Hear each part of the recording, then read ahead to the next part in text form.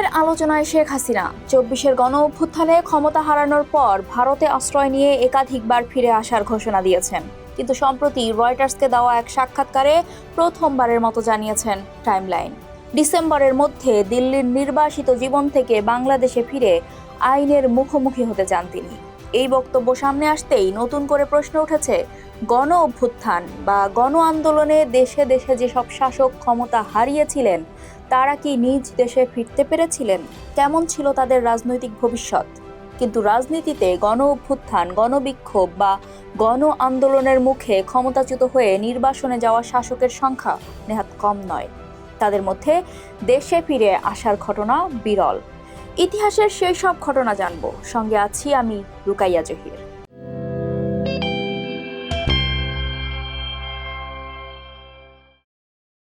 শুরুতেই ২১ শতকের সবচেয়ে বড় গণ আন্দোলনের ঘটনা, আরব বসন্ত। এর সূত্রপাত তিউনিসিয়ায় বুয়াজিজি নামে এক ঠেলা চালকের আত্মাহুতির ঘটনায় বারুদের মতো জ্বলে ওঠে ভূমধ্যসাগর তীরের ছোট্ট দেশটি। এই ব্যক্তির নাম জেইন আল আবেদিন বেন আলী। ১৯৮৭ সাল থেকে টানা শাসন ক্ষমতায় ছিলেন। দুর্নীতি, বেকারত্ব, বৈষম্য আর ভয়ের রাজনীতি অবিচ্ছেদ্য অংশ হয়ে উঠেছিল তিউনিসীয়দের জীবনে। ২৮ দিনের তীব্র গণ আন্দোলনে ভেঙে পড়ে বেন আলীর ২৪ বছরের শাসনামল। ২০১১ সালের জানুয়ারিতে দেশ ছেড়ে সপরিবারে পালিয়ে যান সৌদি আরব। সেখানেই ২০১৯ সালে মারা যান তিনি। এবার দক্ষিণ এশিয়ার প্রসঙ্গ। রাজনৈতিকভাবে অস্থির এই অঞ্চলের বেশ কয়েকজন শাসকের পতন হয়েছে গণ অভ্যুত্থানে। দেশ ছেড়ে পালাতেও হয়েছে অনেককে। বাংলাদেশের ঘটনার সঙ্গে অনেকটা মিল খুঁজে পাওয়া যায় শ্রীলঙ্কার। পতনের ৪ দিন আগেও ৩১শে জুলাই শেখ হাসিনা বলেছিলেন শ্রীলঙ্কার মতো সরকার উৎখাতের পরিকল্পনা ছিল। তাহলে কি ঘটেছিল শ্রীলঙ্কাতে? এই ব্যক্তির নাম গোটাবায়া রাজাপাকসা। শ্রীলঙ্কার প্রেসিডেন্ট হন ২০১৯ সালে, কিন্তু ৩ বছরের মধ্যেই গণ অভ্যুত্থানে পতন ঘটে তার। গোটাবায়া হলেন শ্রীলঙ্কার সাবেক প্রেসিডেন্ট মাহিন্দা রাজাপাকসার ভাই। ২০০৫ থেকে ২০১৫ সাল পর্যন্ত শ্রীলঙ্কার প্রেসিডেন্ট ছিলেন মাহিন্দা। গোটাবায়া প্রেসিডেন্ট হওয়ার পরই শ্রীলঙ্কায় অর্থনৈতিক বিপর্যয় ঘটে। ৩ বছরের মধ্যেই রাজাপাকসা পরিবারের বিরুদ্ধে তীব্র গণ অসন্তোষ দেখা দেয়। শুরু হয় গণ অভ্যুত্থান। ২০২২ সালের জুলাইয়ে রাজপথে নেমে আসে লাখ লাখ মানুষ। উত্তাল হয়ে ওঠে কলম্বো। আন্দোলনকারীরা গোটাবায়ার প্রাসাদ দখল করে নেয়, কিন্তু তার আগেই সামরিক পাহারায় সপরিবারে বিদেশ পালিয়ে যান রাজাপাকসার পরিবারের সদস্যরা। প্রথমে মালদ্বীপ এবং পরে সিঙ্গাপুরে আশ্রয় হয় তাদের। সেখান থেকেই আনুষ্ঠানিক পদত্যাগপত্র পাঠান গোটাবায়া। পরিস্থিতি শান্ত হলে ২ মাসের মধ্যে দেশে ফিরে আসে রাজাপাকসা পরিবার। তবে রাজনীতি থেকে সরে যান গোটাবায়া। কলম্বোতে অবসর জীবন কাটাচ্ছেন কড়া নিরাপত্তায়, কিন্তু তার দল শ্রীলঙ্কা পদুজানা পেরুমনা সক্রিয় আছে রাজনীতিতে। ২০২৪ সালের নির্বাচনে রাজাপাকসা পরিবারের উত্তরসূরি মাহিন্দার ছেলে নামাল রাজাপাকসা প্রেসিডেন্ট প্রার্থী হন।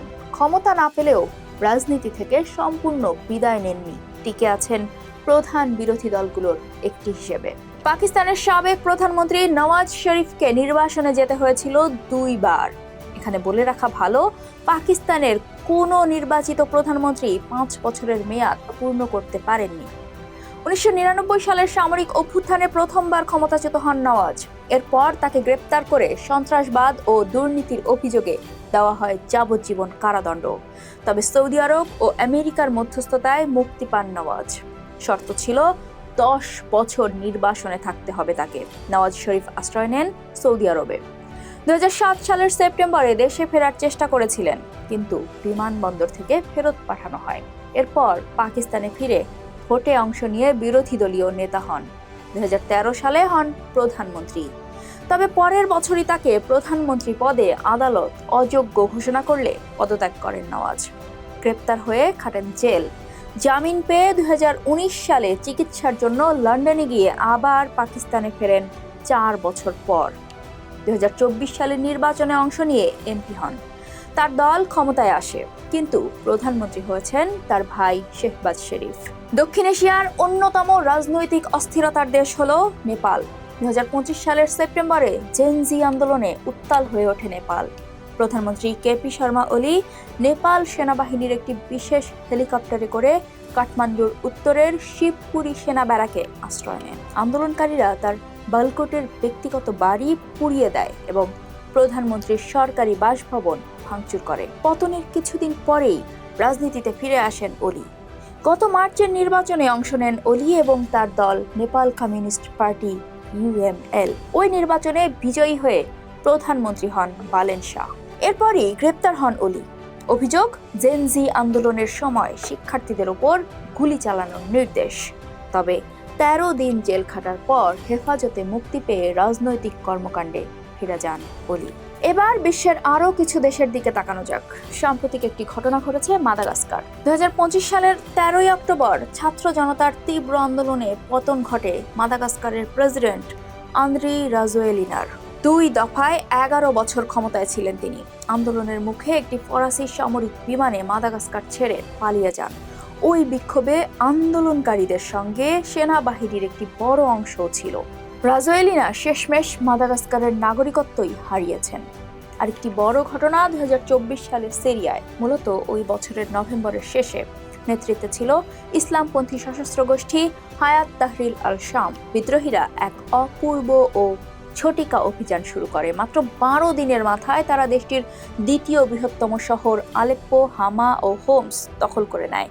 অগ্রসর হয় রাজধানী দামেস্কের দিকে।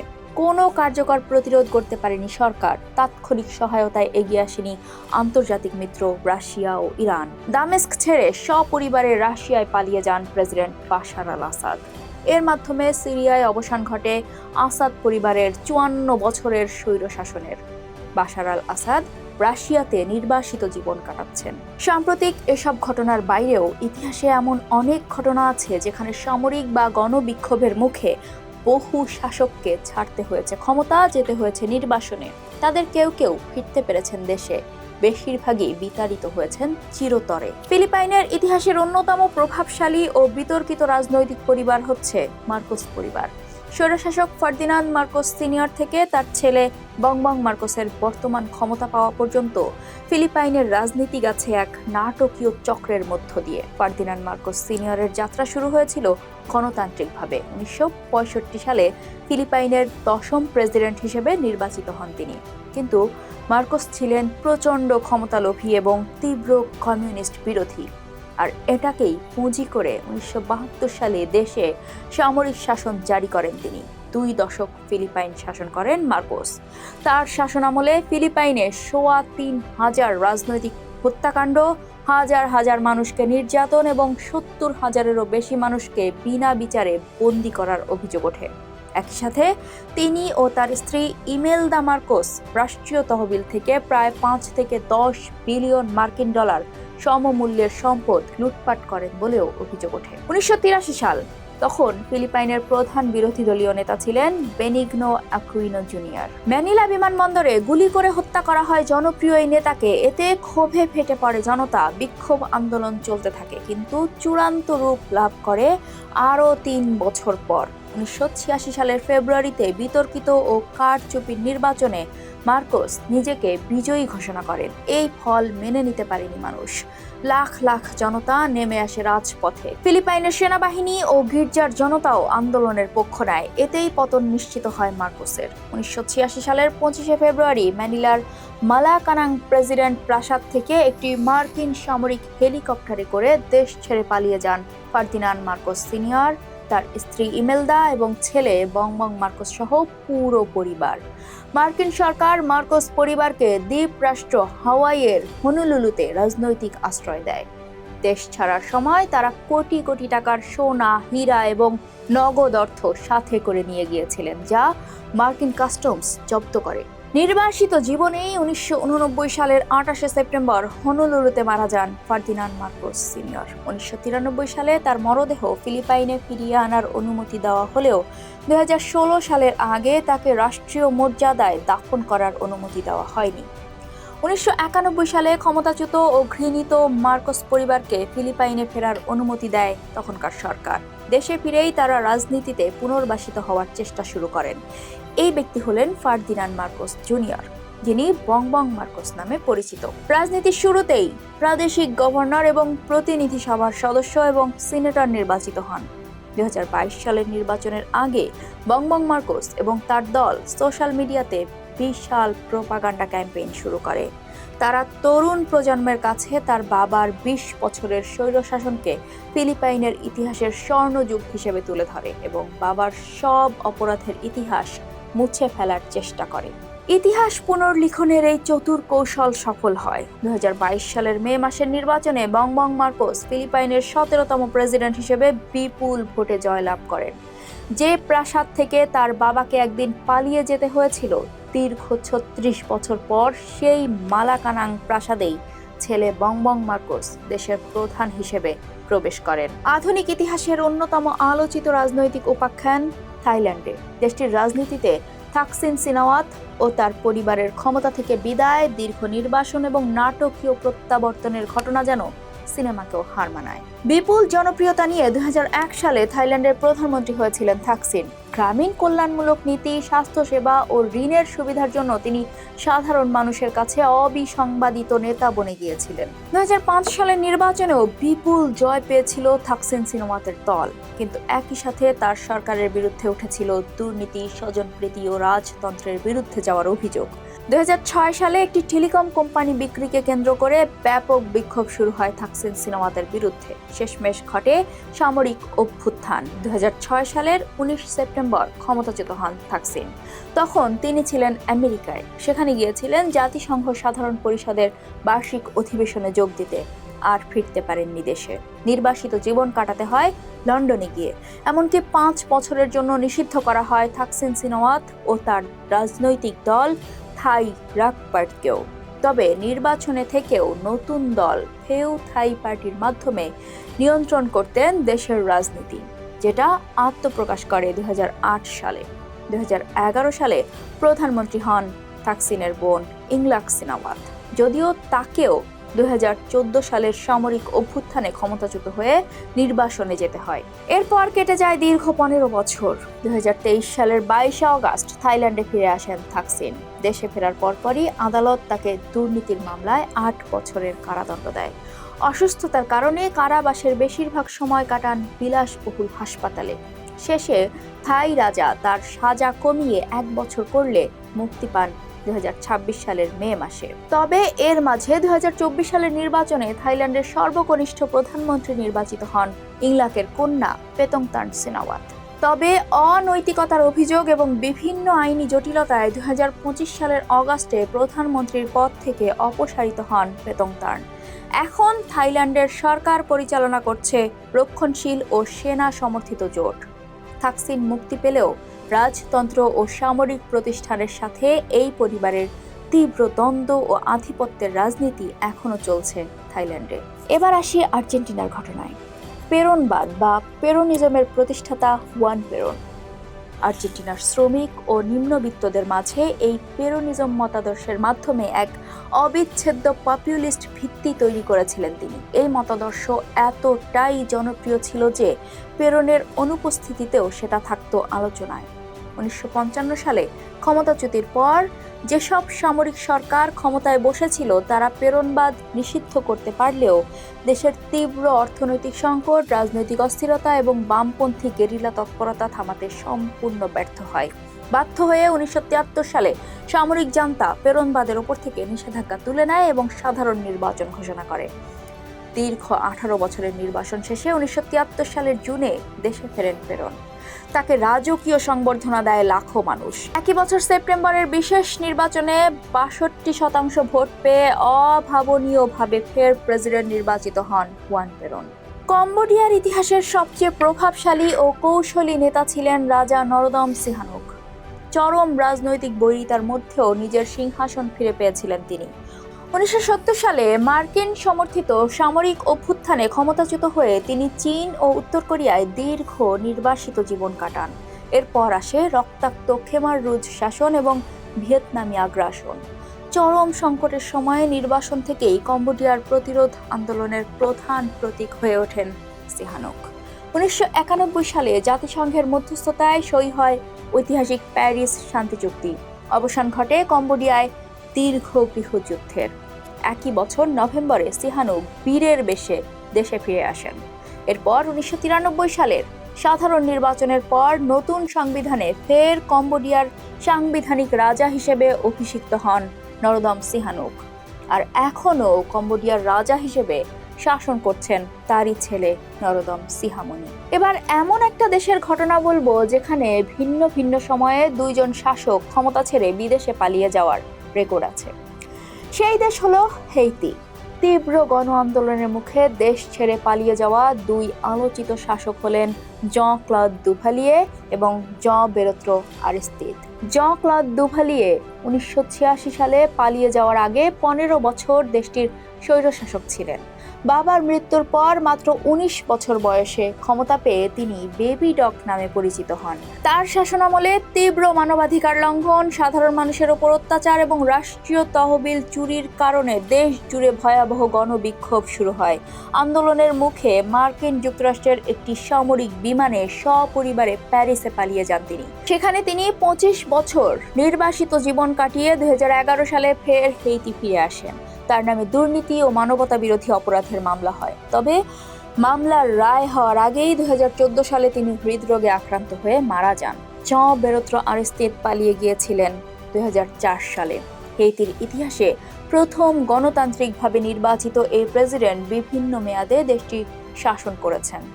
তার বিরুদ্ধে তীব্র রাজনৈতিক অস্থিতিশীলতা, অর্থনৈতিক সংকট এবং সশস্ত্র বিদ্রোহীদের উত্থান ঘটে। বিদ্রোহীরা রাজধানী পোর্ট অ প্রিন্স দখল করতে এগিয়ে এলে তার পতন নিশ্চিত হয়। 2004 সালের 29 ফেব্রুয়ারি তীব্র আন্তর্জাতিক চাপ এবং দেশের ভেতর সশস্ত্র অভ্যুত্থানের মুখে তিনি পদত্যাগ করেন। এরপর একটি মার্কিন বিমানে প্রথমে সেন্ট্রাল আফ্রিকান রিপাবলিক এবং পরে দক্ষিণ আফ্রিকায় রাজনৈতিক আশ্রয় নেন। 2011 সালে তিনি নির্বাসন শেষ করে দেশে ফিরে আসেন।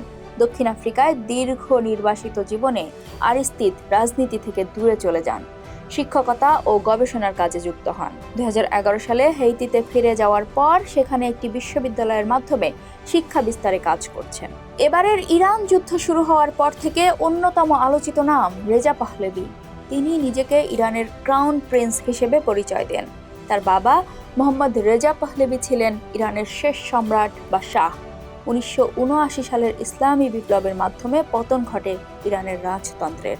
মোহাম্মদ রেজা পাহলেভি পালিয়ে যান এবং নির্বাসিত জীবনের শেষ প্রান্তে মিশরে আশ্রয় নেন। সেখানেই তার মৃত্যু হয় এবং দাফন হয়। এখনও অনেক ইরানি বিশ্বাস করেন যে যুবরাজ দাবি করা রেজা পাহলেভি একদিন ইরানের শাসক হবেন এবং তার বাবার কবর মিশর থেকে ইরানে নিয়ে আসবেন। আফগানিস্তানে 2021 সালের অগাস্টে তালেবান বাহিনী কাবুল ঘিরে ফেললে রক্তপাত এড়ানোর অজুহাতে দেশ ছেড়ে সংযুক্ত আরব আমিরাতে পালিয়ে যান প্রেসিডেন্ট আশরাফ ঘানি। সেখানেই রাজনৈতিক আশ্রয়ে আছেন তিনি। এই ব্যক্তি হলেন ইভো মোরালেস, বলিভিয়ার সাবেক সমাজতান্ত্রিক প্রেসিডেন্ট। প্রায় 14 বছর শাসন করেছেন দক্ষিণ আমেরিকার দেশটি। 2019 সালে প্রবল বিক্ষোভ ও সেনাবাহিনীর চাপের মুখে পদত্যাগ করে একটি বিশেষ বিমানে মেক্সিকোতে চলে যান। সেখানকার একটি দুর্গম এলাকায় বসবাস করেন বলে বিভিন্ন গণমাধ্যমে খবর থেকে জানা যাচ্ছে। এতক্ষণ যে ঘটনাগুলো বললাম তাতে পরিষ্কার যে গণ অভ্যুত্থান বা আন্দোলনে ক্ষমতাচ্যুত হয়ে যেসব শাসকরা দেশ ত্যাগ করে বিদেশে চলে গিয়েছিলেন তাদের সিংহভাগই আর দেশে ফিরতে পারেননি। কেউ কেউ দেশে ফিরেছেন, তবে দেশে আবার ক্ষমতায় এসেছেন এরকম ঘটনার নজির আছে সামান্যই। তাহলে প্রশ্ন হচ্ছে, শেখ হাসিনা আসলেই দেশে ফিরতে পারবেন কিনা কিংবা আদৌ ফিরবেন কিনা? আর ফিরলেও তিনি কি কখনো আর বাংলাদেশের রাজনীতিতে পা রাখতে পারবেন? 2024-এর 5ই অগাস্ট কি ঘটেছিল আপনারা নিশ্চয়ই জানেন। রক্তাক্ত অভ্যুত্থানের মুখে দেশ ছাড়েন তখনকার প্রধানমন্ত্রী শেখ হাসিনা। পালিয়ে যান আওয়ামী লীগের সর্বস্তরের নেতারা। সরকারের মন্ত্রী, আমলা, বিচারকরাও গা ঢাকা দেন। শেখ হাসিনা পালানোর পর তার নামে এবং আওয়ামী লীগের সর্বস্তরের নেতাকর্মীর নামে হত্যা, গুলির নির্দেশ এবং মানবতা বিরোধী অপরাধ সহ নানা অভিযোগে মামলা হয়েছে। আদালতে 3টি মামলায় দণ্ডিত হয়েছেন শেখ হাসিনা। অধ্যাপক ইউনূসের নেতৃত্বাধীন অন্তর্বর্তী সরকার দায়িত্ব নেওয়ার পর ভারতের কাছে শেখ হাসিনাকে ফেরত চেয়ে চিঠি দেওয়া হয়। নির্বাচনে বিজয়ী হয়ে তারেক রহমানের নেতৃত্বাধীন বিএনপি সরকারও শেখ হাসিনাকে ফিরিয়ে আনার চেষ্টা করছেন। এরই মধ্যে শেখ হাসিনা জানিয়েছেন দেশে ফেরার কথা, বিচারের মুখোমুখি হতে চান তিনি। তবে পররাষ্ট্র প্রতিমন্ত্রী শামা ওবায়েদ বলেছেন, শেখ হাসিনা ভারত বা বাংলাদেশে যেখানেই আত্মসমর্পণ করুক, তাকে আগে জেলে যেতে হবে। এই অবস্থায় শেখ হাসিনা আদৌ ফিরবেন কিনা, আর ফিরলে রাজনীতিতে প্রাসঙ্গিক থাকবেন কিনা, সেই প্রশ্নের উত্তর দেবে সময়।